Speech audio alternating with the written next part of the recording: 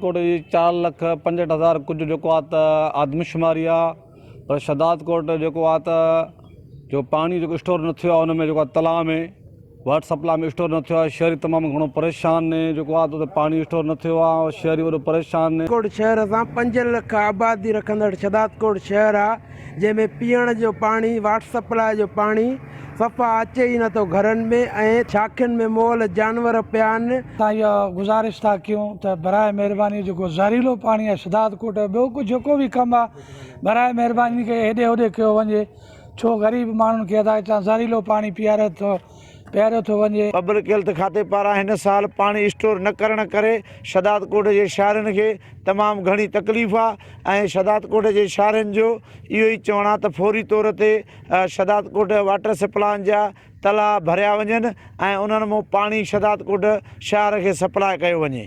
Cameraman Nadeem समो सां गॾु कामरेड अमीर मंगणाहार, सिंध टीवी न्यूज़, शदादकोट।